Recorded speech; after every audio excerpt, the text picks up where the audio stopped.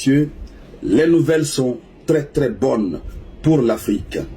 Oui, les nouvelles sont très bonnes, mais il faut encore une fois rester très vigilant, puisque ce qui nous est arrivé dans le cadre de la collaboration avec la France et notamment l'Occident doit pouvoir nous servir de leçon.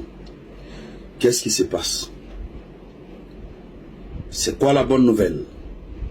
La bonne nouvelle repose sur le sol africain. Non pas seulement le sol africain, mais le sous-sol africain. Vous savez, si l'Afrique est convoitée depuis des décennies, c'est parce que le sous-sol africain, il est riche. Il est vachement riche. C'est pourquoi les Occidentaux et les autres puissances courent derrière nous. Malheureusement, nous n'avons pas assez d'élites qui ont reçu des formations adéquates pouvant permettre à nos différents États de mieux exploiter les ressources du sol et du sous-sol, notamment les ressources du sous-sol.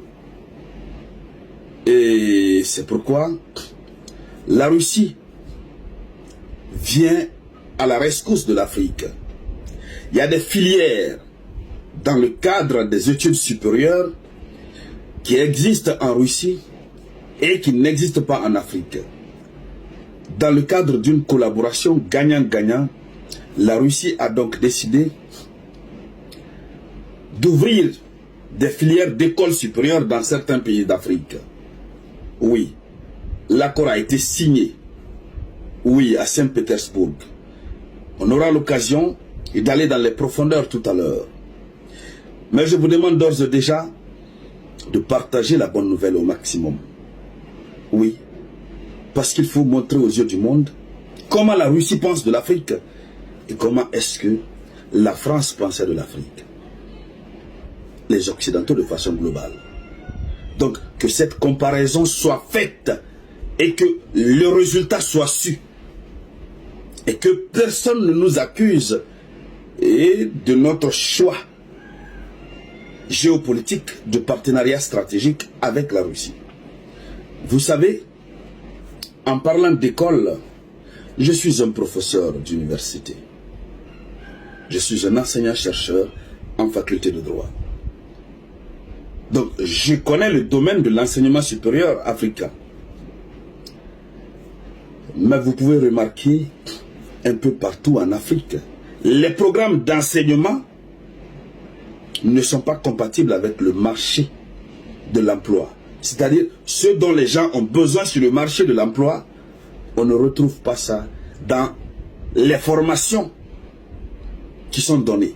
Ou même si on retrouve dans ces formations, c'est le quart on va retrouver. Oui, vous avez des programmes de formation bidons qui ont été imposés à la plupart de nos États, notamment les États francophones. On va vous dire non, ça c'est le programme français, c'est le programme validé par telle institution de la France. On nous instaure des programmes d'études, on vous parle de l'histoire des relations internationales, je ne sais pas ça sert à quoi, on vous parle de je ne sais quoi encore. Pendant ce temps, ce qui concerne l'exploitation de nos ressources, ce sont eux qui font ces études, ce sont eux qui maîtrisent ça. Ils viennent exploiter nos sols, procéder à la transformation de ces ressources du sous-sol chez eux. C'est pourquoi, tout récemment, on a vu par exemple en Guinée, le président Mamadi Doumbouya a donné un ultimatum en disant que les sociétés minières devraient construire des usines de transformation du minerai sur place.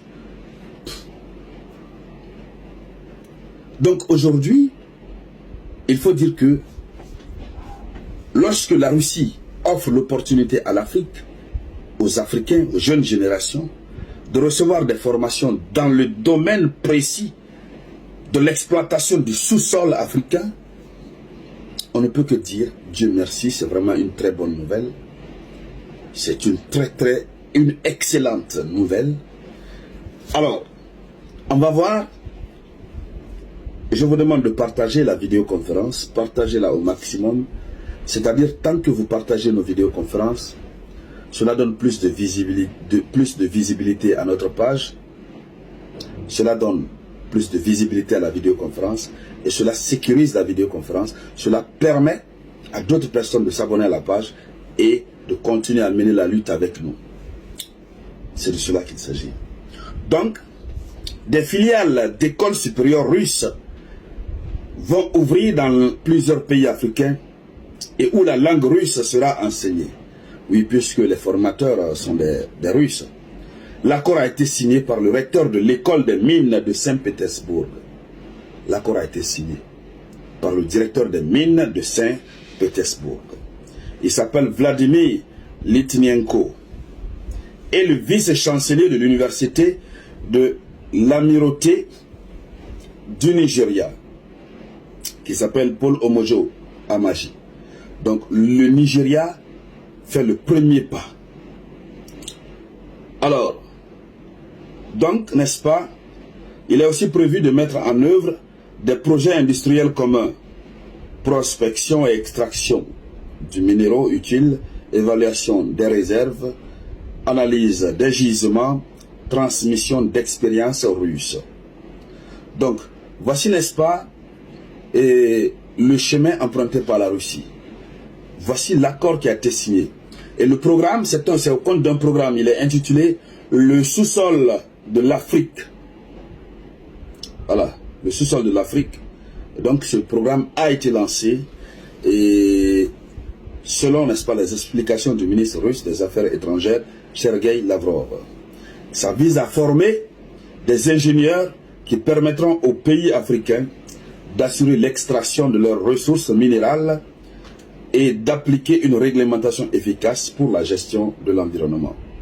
Donc, voici, n'est-ce pas, la coopération scientifique, les coopérations scientifiques qui vont être réalisées, notamment à travers l'Université des mines de Saint-Pétersbourg. Donc, de façon très claire, l'Université des mines, il y a une université spécialement chargée des mines en Russie, c'est l'Université de Saint-Pétersbourg, l'Université des mines de Saint-Pétersbourg, qui va signer des accords. Le premier pays à signer, c'est le Nigeria. Les autres pays vont venir. Et puis comme ça, le russe, la langue russe sera enseignée, mais aussi et surtout, l'expertise russe va être transmise. Donc, voici l'information, mesdames, mesdemoiselles et messieurs.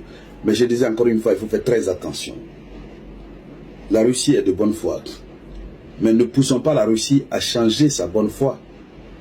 Puisque, lorsque la Russie, dans notre collaboration, ne vise que notre sous-sol, il faut s'attendre à quelque chose à l'avenir.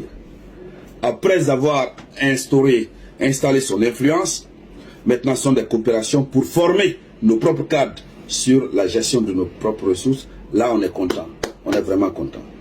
Mais il faut rester sur nos gardes. C'est de cela qu'il s'agit. Alors, merci bien à toutes et à tous pour votre participation à la réalisation de cette vidéoconférence que je vous demande de partager au maximum. Je vous reviens tout à l'heure avec de nouvelles actualités. C'était la voix de l'unique samouraï.